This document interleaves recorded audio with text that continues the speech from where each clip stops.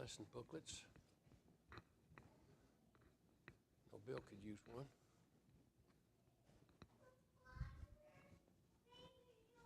Okay.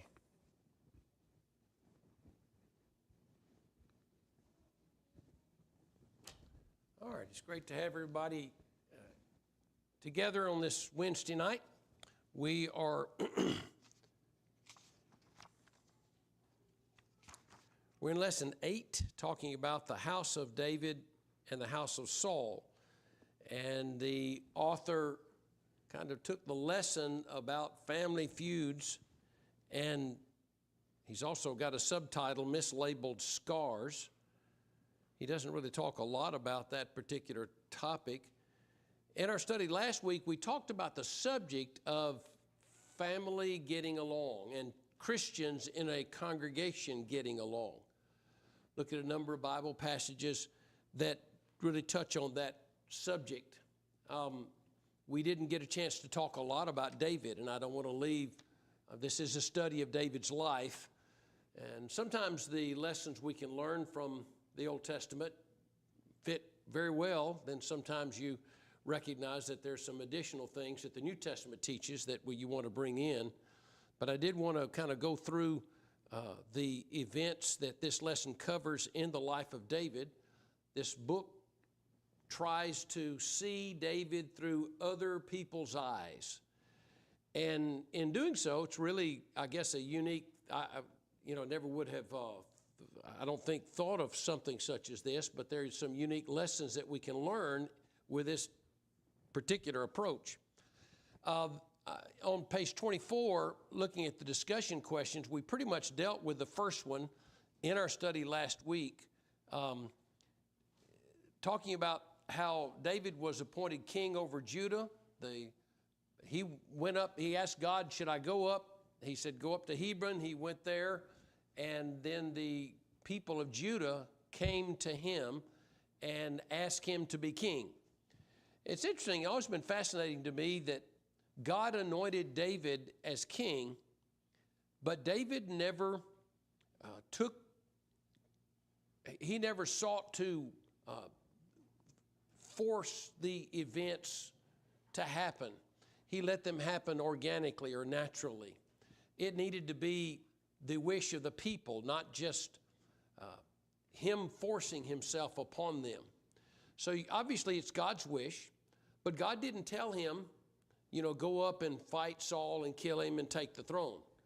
God never gave him, at least from what we can read, any specific instructions about how to go about doing this. So David was just going to conduct himself in a godly manner as best he understood, and then let God, through his providence and the desires of the people, come together. And that's really what you have.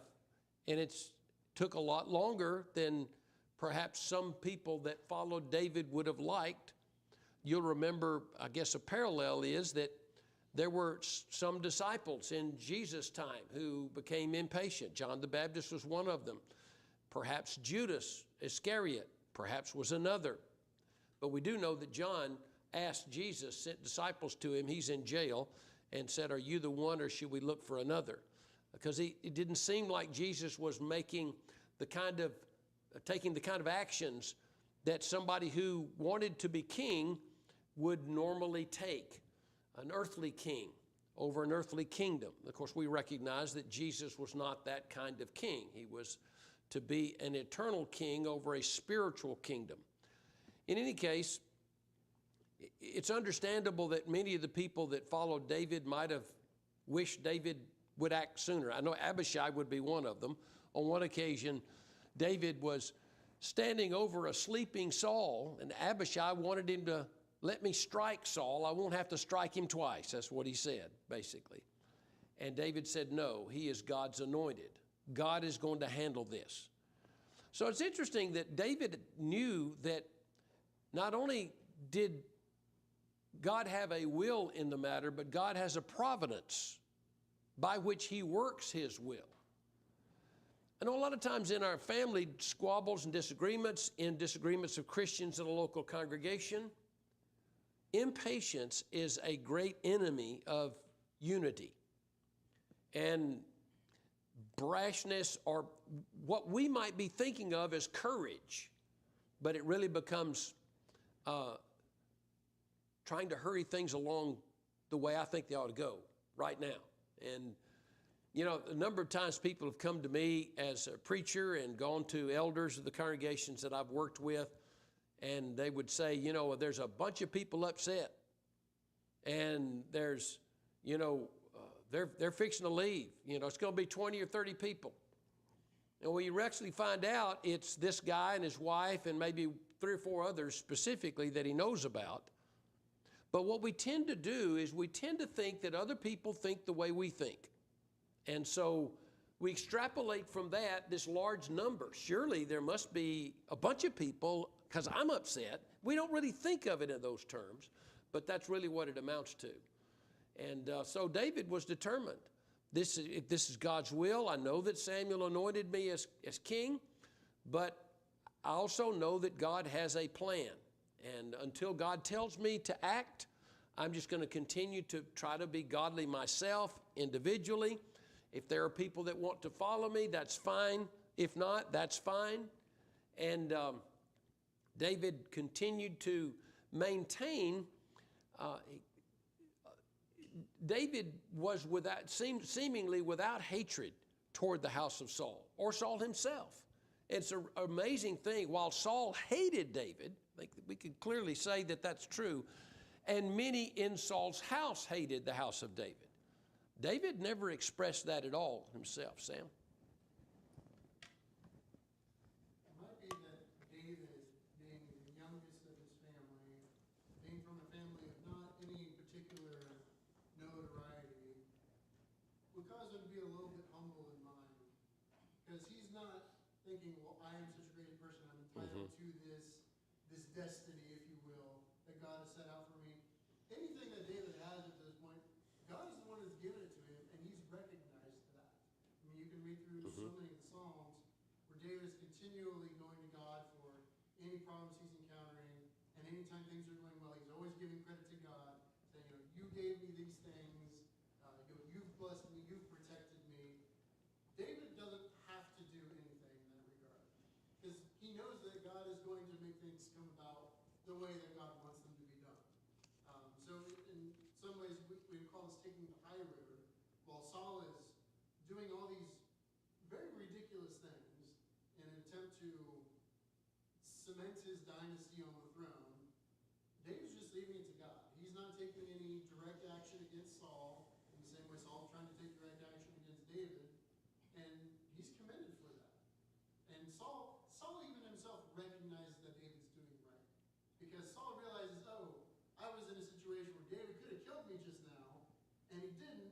You know, I'm going to promise I'm not going to go after him anymore. Of course, he breaks that promise right away. But even Saul, in a moment, recognizes that David is doing right. He made the statement on that occasion, "You are more righteous than I," and he recognized that. Saul acted very much like an earthly king. You would expect an earthly king protecting his dynasty, protecting the throne for his son. We would expect human beings to act in that fashion. It's interesting that if you think of the parallel, it seems to be one between how David conducted himself and how Jesus conducted himself. Jesus had a time schedule, and certainly God was communicating more, I believe, with Jesus than he was with David. But David was determined that he wasn't going to force this. It was going to happen. And as a result of that, God's will was done, and the people came willingly. They weren't forced. I suspect there are a lot of people during Saul's latter years. Saul reigned for how many years? Anybody remember?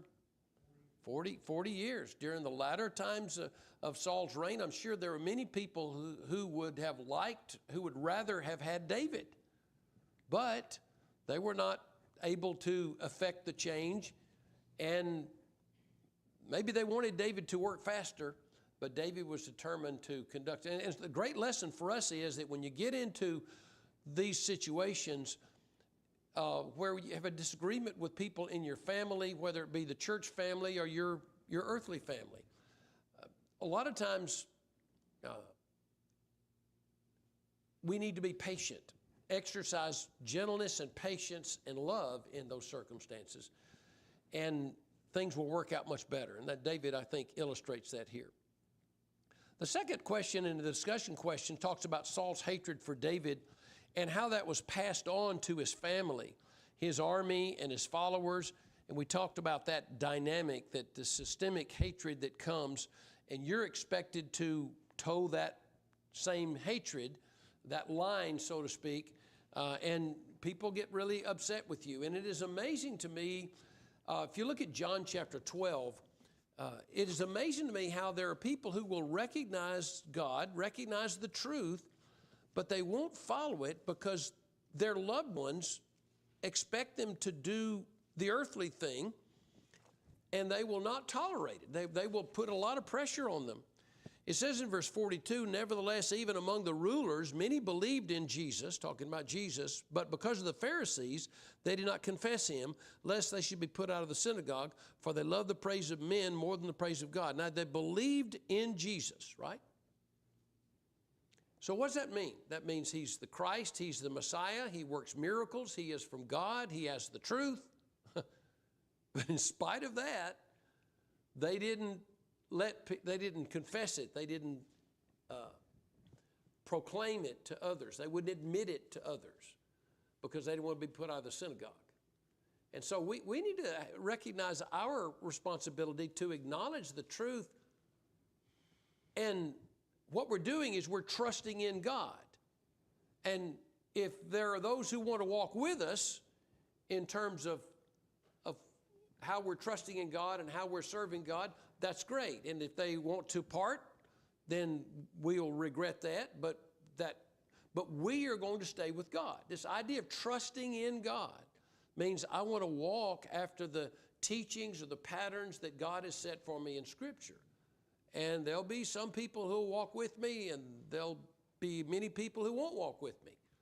We accept that, just like David seemed to have accepted it. But these people, they recognize the truth, but they wouldn't admit the truth. And, you know, sometimes it takes a lot of courage to do that, but we've got to have it. That's how you put your faith in God rather than man. So the third question, it starts talking about several events, and this is really where we start. We leave the things that we talked about last week, and we'll get through the lesson looking at these events that happen and maybe some additional lessons that we can learn from this. Saul, what happened to Saul and Jonathan? They died in battle against the Philistines. So Israel, the nation of Israel, is without a king. And there is a unrest. What is the first thing Abner does? Abner is the general for the house of Saul. And what does he do? He takes Ishbosheth, a younger son of Saul, who would not have been in line for the throne. Jonathan would have been in line for the throne. But he takes him and anoints him as king over Israel. And there is war, and we talked about this chapter 3, verse 1, 2 Samuel 3 and verse 1. There's a long war between the house of Saul and the house of David. But David grew stronger and stronger, and the house of Saul grew weaker and weaker. And so you have this civil war, basically, is what this is. And David, his armies, his leadership is winning. And then there's an event that happens in which Abner takes the concubines of Saul and lies with them. And Ishbosheth is offended. And obviously, we're talking about a time of war, a situation of war. We recognize that there are evil men there are ungodly men on both sides. There are godly men on both sides, and there are ungodly men on both sides. This is a civil war, not a heavenly war, but a civil war in a nation that is struggling for a leader. And the 10 northern tribes, I guess you would say, or the northern tribes other than Judah, are not ready to accept David. But David knows that with Saul dead, this is time for something to happen. So he asked God, should I go up He said, yes. David was in the southern part, so he goes up to Hebron. And he said, where should I go up? Go up to Hebron. So he goes up there. And the people of Judah heard that David came up there with his army, hundreds of men at least. And they come to him and ask him to be king. So he's king over Judah for 7 years before he becomes king over all of Israel. He will reign 40 years in total over Judah. He will reign 33 years over all of Israel together. So that's the kind of the timeline of what takes place. So then they have this weird thing that we've already talked about this in chapter 2, don't know why, but they have these 12 men from each side line up and grip the hand of their counterpart and thrust the sword in the other guy. And so all of the men die. And I'm sure it was a crude test of courage because you pretty much know you're going to die. And so, this began a battle, and they had a battle after that event in which all these men died. They have a battle, and David wins the battle. And this began the long civil war. So Joab is the commander of David's army. And Abner, after Ishbosheth is offended at Abner for sleeping with Saul's concubines, then Abner offers to join David and to help David defeat Ishbosheth and to bring all of Israel under his command. And what is David's attitude toward Abner?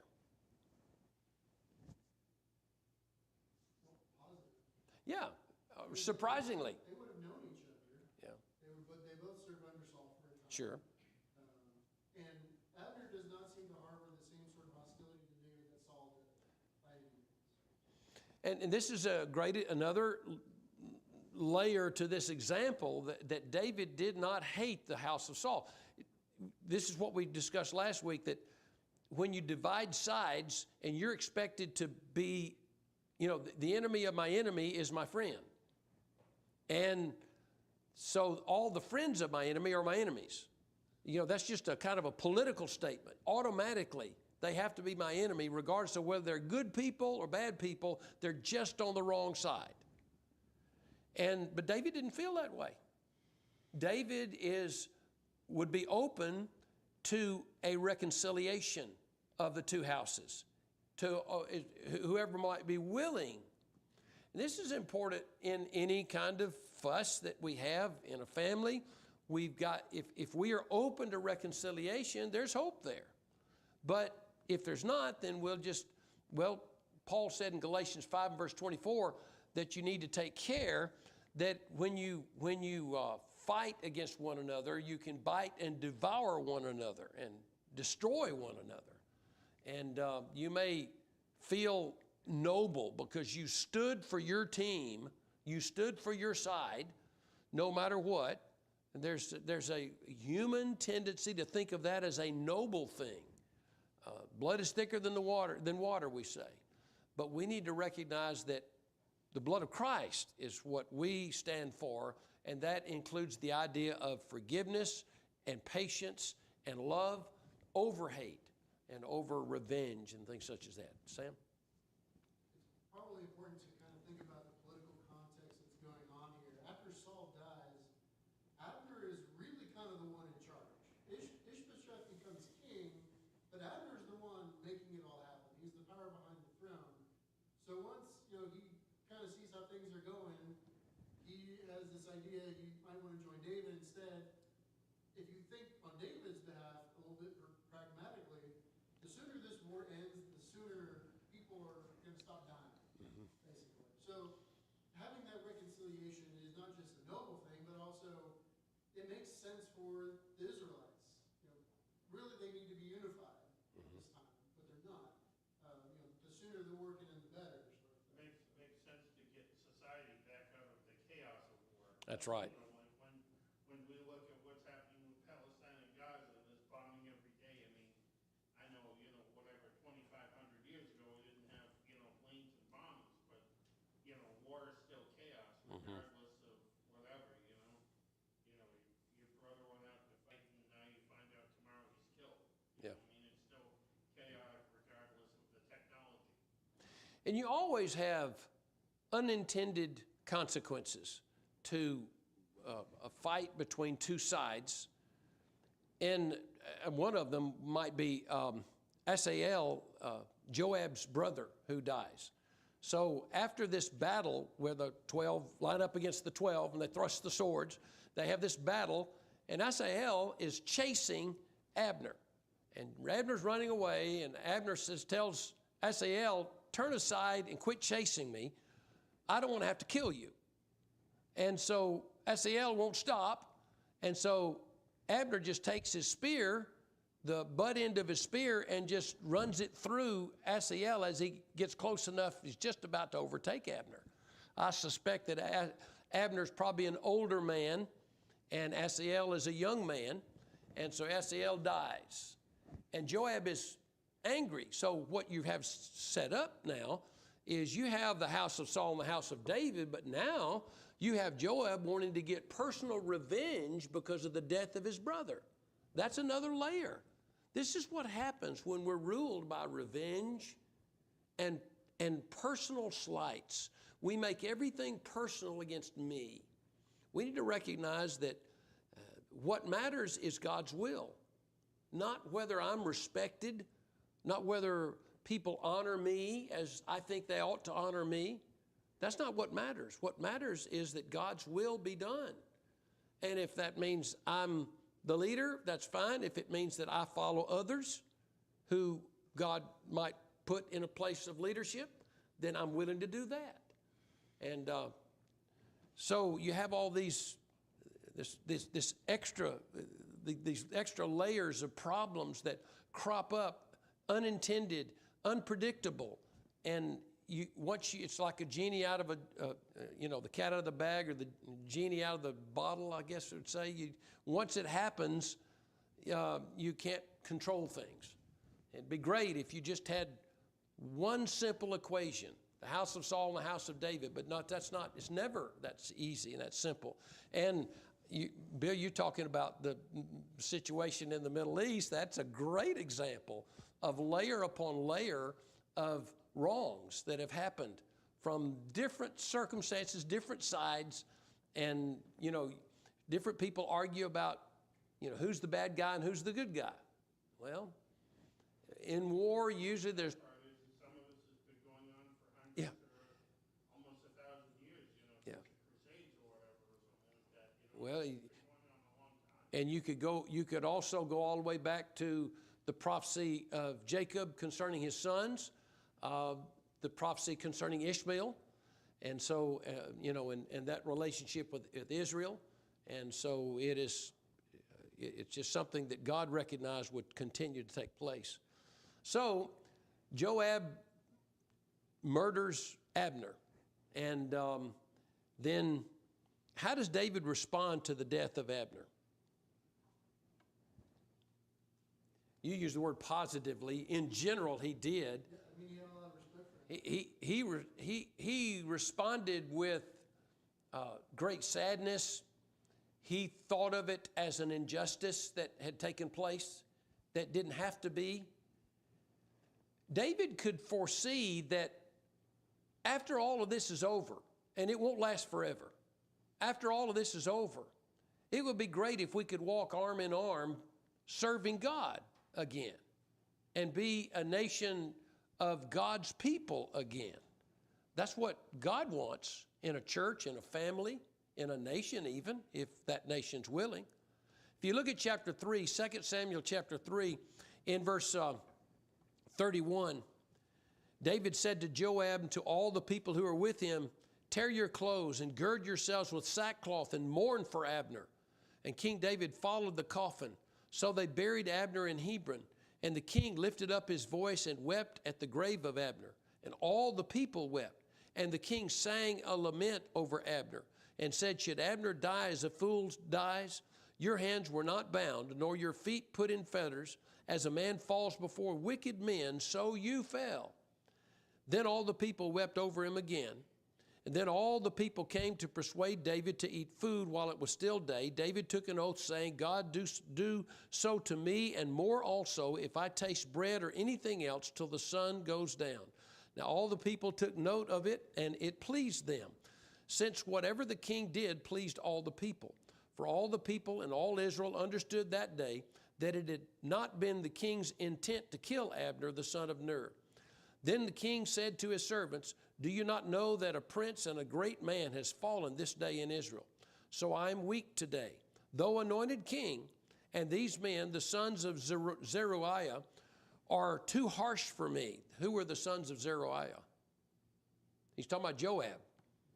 Joab was a violent man. Now David was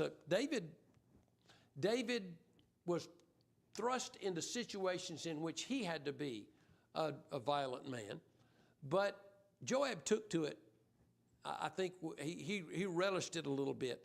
He said, "The sons of Zeruiah are too harsh for me.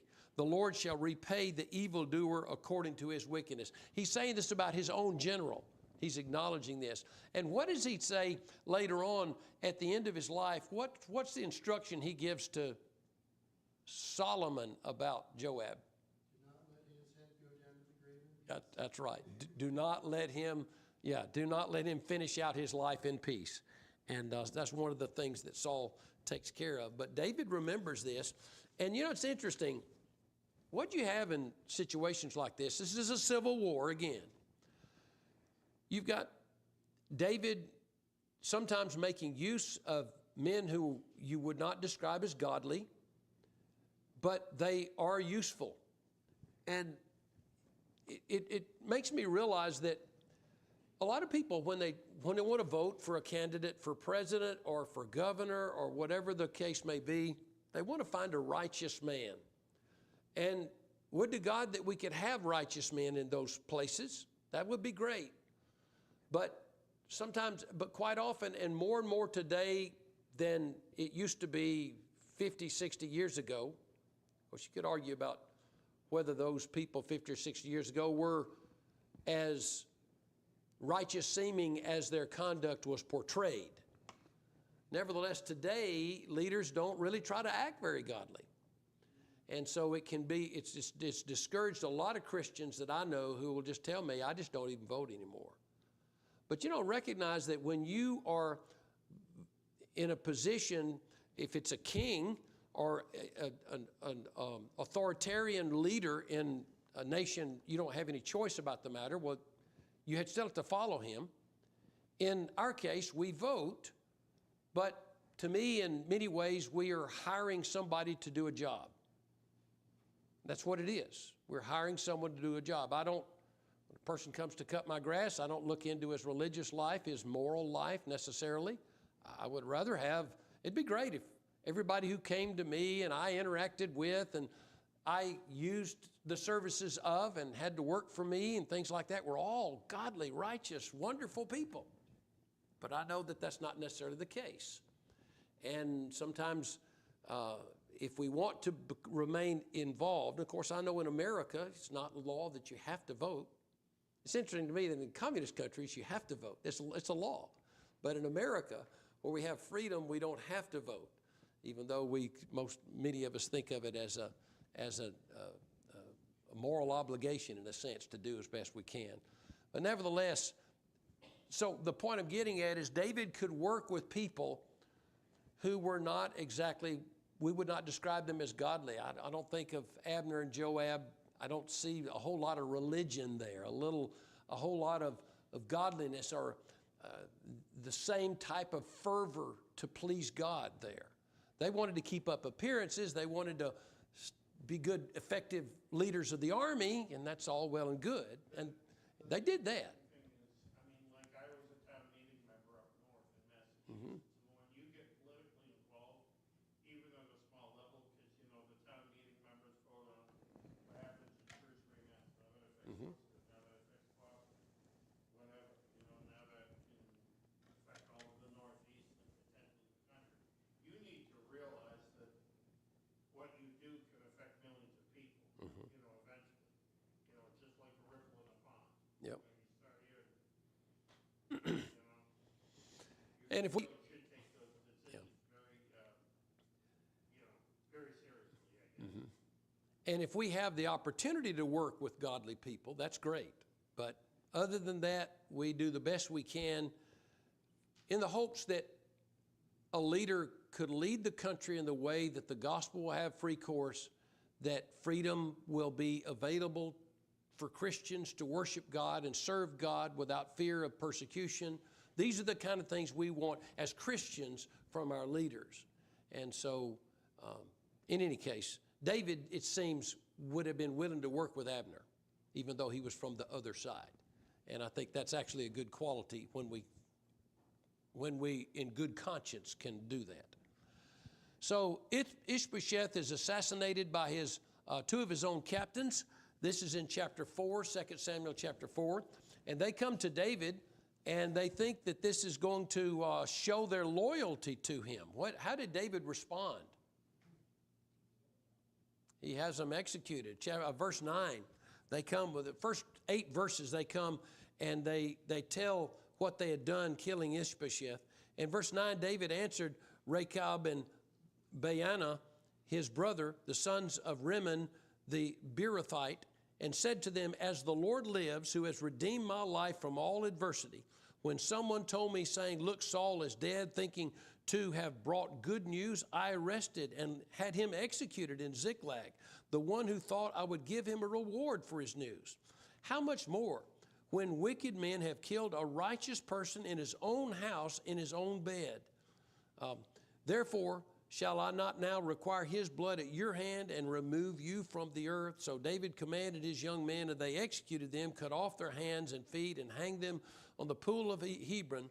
But they took the head of Ishbosheth and buried it in the tomb of Abner in Hebron. Now, Ishbosheth was not somebody ordained by a prophet of God, but he still was recognized in a civil sense as a leader of many of David's people. This is the point. David can see beyond the personal rivalry. This is not just about Joab and Abner. This is not just about David and Saul. All of the people of Israel are involved in this. And you see what David did when he mourned for Abner. How did the people respond to that? What did they think about that? They appreciated that. That shows some magnanimity, that he could see beyond the petty feuds and rivalries individually, and not just say this has been a great day, it's a wonderful day. The opposition has lost their leader, and so he mourned it, and it pleased the people. And then more tribes continue, chapter 5, coming to David, and finally David is made ruler over all of Israel. So David and his nation, discussion question 4, are having great success. How does Michal, Saul's daughter and David's wife, feel about his celebration and dancing in front of the ark? Now, what happens in chapter 6 is David wants to bring the Ark of the Covenant out of I'm trying to remember the home where it was staying. What happened, incidentally? Why was the ark not with the Israelites? It was even before Saul was king. You think about this. All during the 40 years of Saul's reign, the Ark of the Covenant was not with the Israelites. It was for a time with the Philistines. During the time of the judges, the Israelites said, well, let's take the Ark of the Covenant into battle with us. We're sure to win that way. Same thing the Israelites would later do about the temple. We don't have to fear anything. Jerusalem's not going to fall because there's a temple here. God would never let that happen. Well, God did let the ark be captured by the Philistines. Eventually, they have all kind of problems with the ark, and they send it back to Israel. And then a bunch of the Israelites looked inside the ark. This is something that's forbidden by God for the Israelites to look into the ark. It's not a traveling museum, like we might have some things come by our town, and it'll be part of a museum somewhere, maybe in another part of the world, and they'll tour certain artifacts around like that. And I think 70,000 people died, and they got real scared, and so they put it in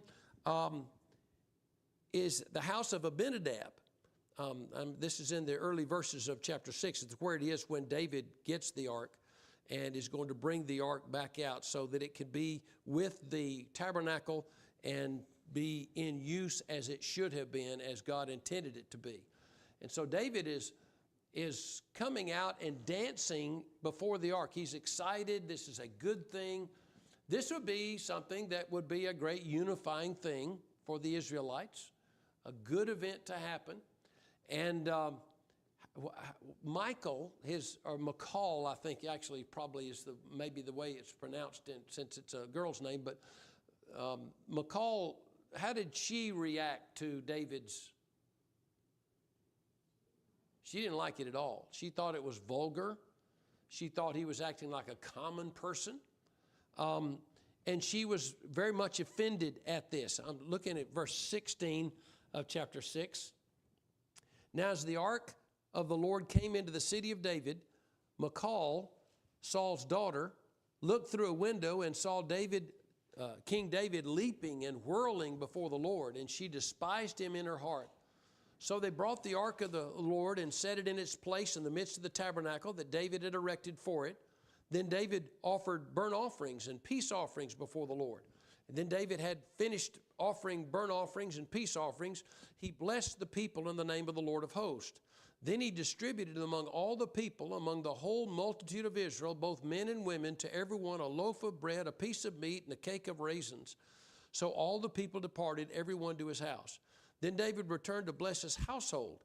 And Michal, the daughter of Saul, came out to meet David and said, "How glorious was the king of Israel today, uncovering himself today in the eyes of the maids of his servants, as one of the base fellows shamelessly uncovers himself."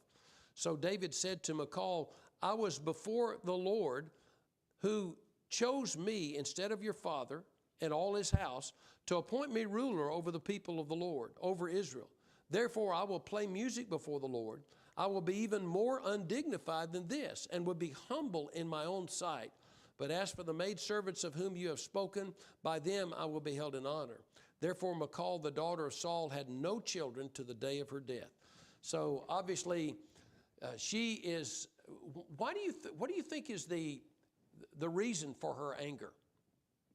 She mentions a couple of things, and then David says some things that might open the window. What's she talking about primarily?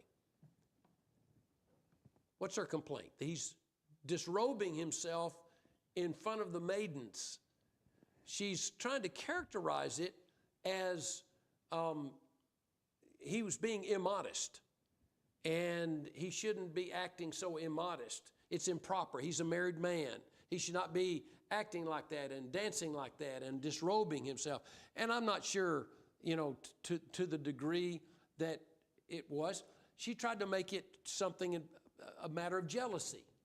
David doesn't answer her that way. He says, "The Lord chose me instead of your father." I think maybe David saw that behind the feigned jealousy that she is expressing, that he's disrobing himself in front of the other maidens, she's really upset because her dad's house lost out and David won. And that's his understanding of the matter, it seems. So what all really lay at the base of this, we don't know any more than that. But this is a circumstance that caused them to not have any children, and probably not much of a husband-wife relationship for the rest of her life. And so you have this event that happened that demonstrated the fact that the hatred between Saul and David, if David, let me see, how would I say this? If David had acknowledged it and had submitted to his wife in this regard, that hatred would have been brought into his own house, the same hatred that her father had. She's now having for David. And David didn't apologize for his conduct. I don't know, as far as his conduct, if it would be something that I would, in my judgment, say is great.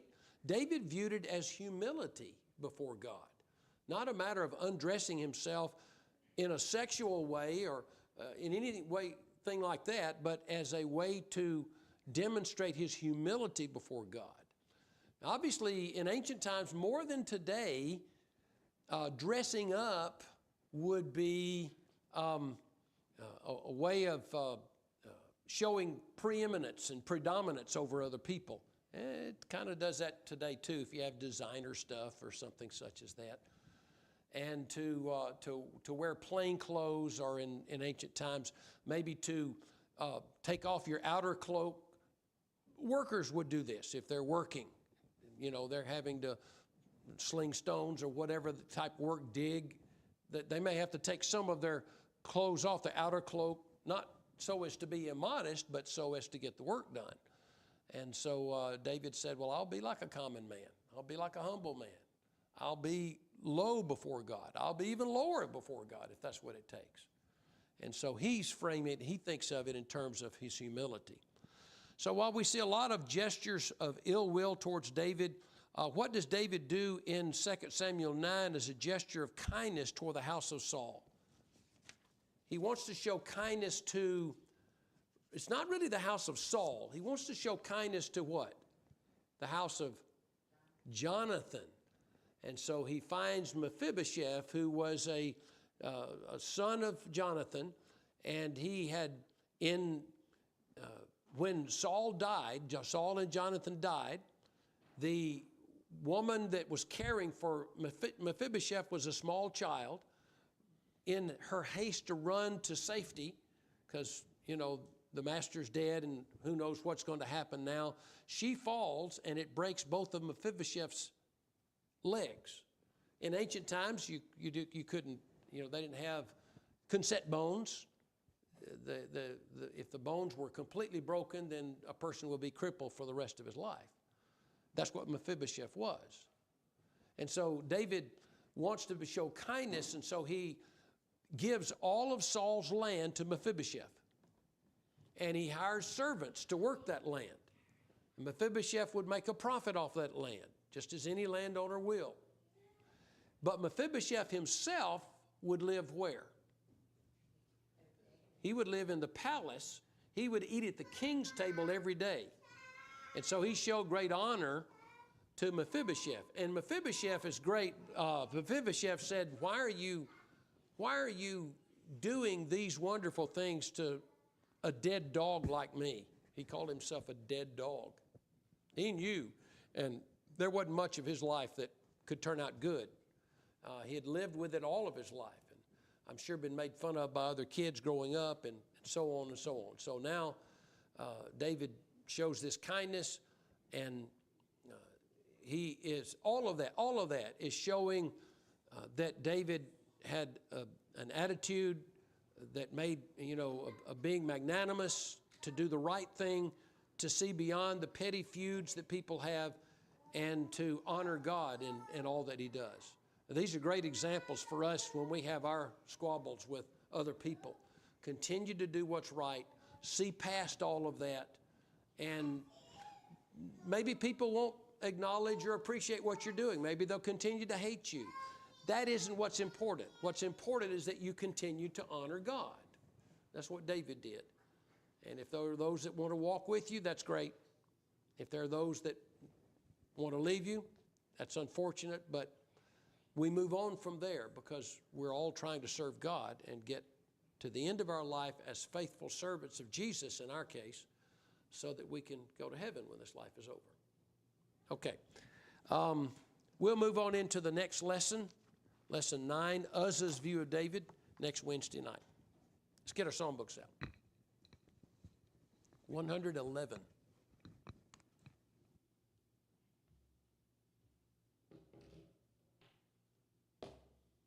Clay in the potter's hand. That is what we are if we truly love God more than we love ourselves. We are clay in the potter's hands. Whatever God wants. And I love the words to the chorus, mold me, make me as you would have me be. Take me, use me, that the lost may see. Guard me, guide me through this pilgrim land, make me as clay in the potter's hand. So you could say that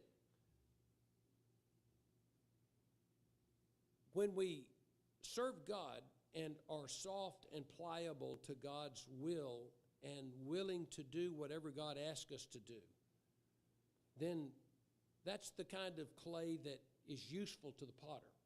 What does the potter do if you have a bad batch of clay? Maybe it's just not a good batch. Maybe it comes from soil that's not the kind of clay that's best for. Maybe it's got some impurities in it or something such as that, such that the item that the potter's trying to make is not going to be successful.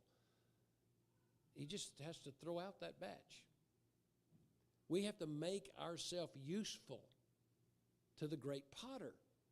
It's up to us to be that way. Now, the great thing is that soil has no say in the matter.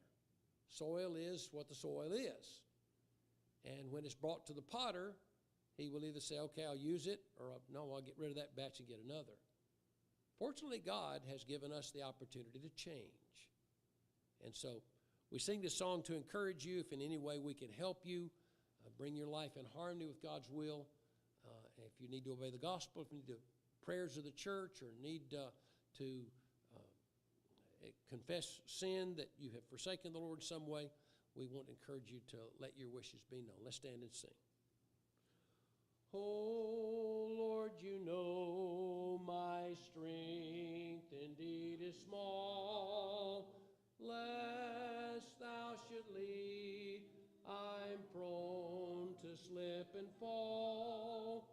Guide and direct, or evil help me stand.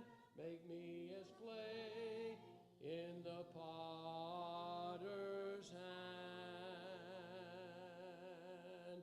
Mold me, make me as you'd have me be.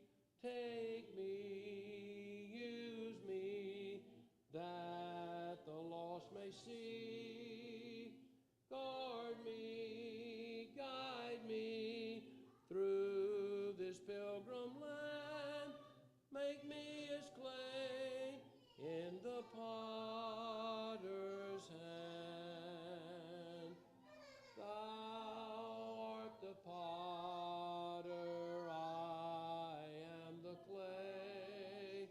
Make of my life as pleases thee each day.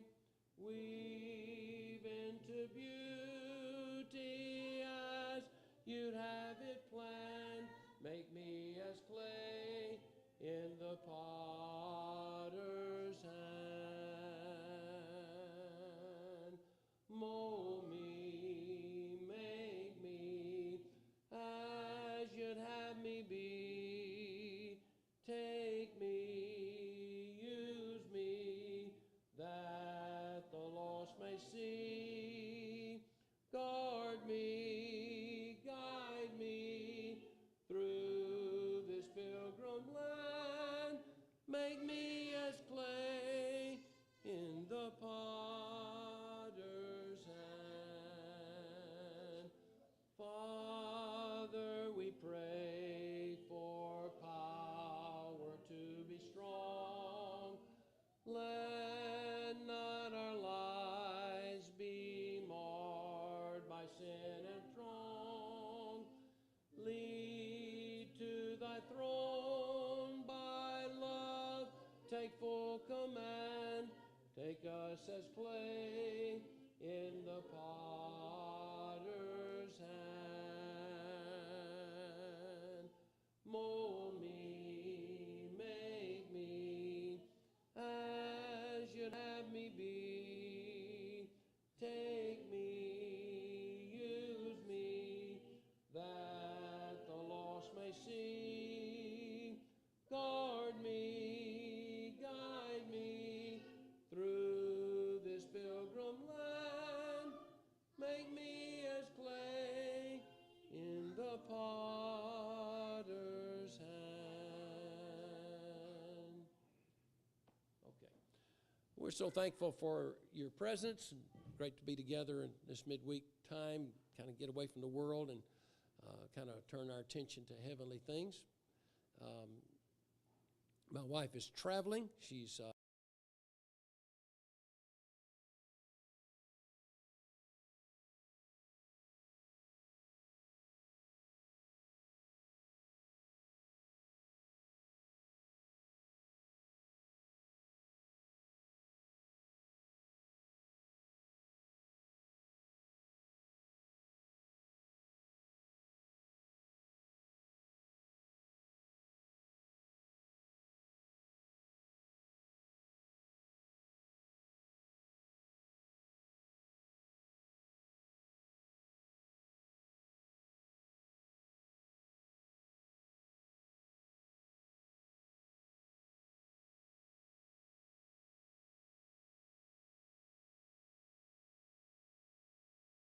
to always keep you at the forefront of our mind.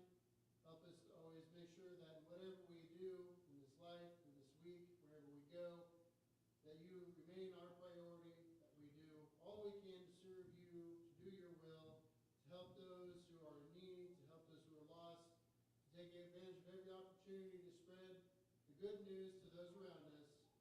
Help us to let our light shine before those that we are around, and help us to always do what is right. In your Son, Jesus' name we pray.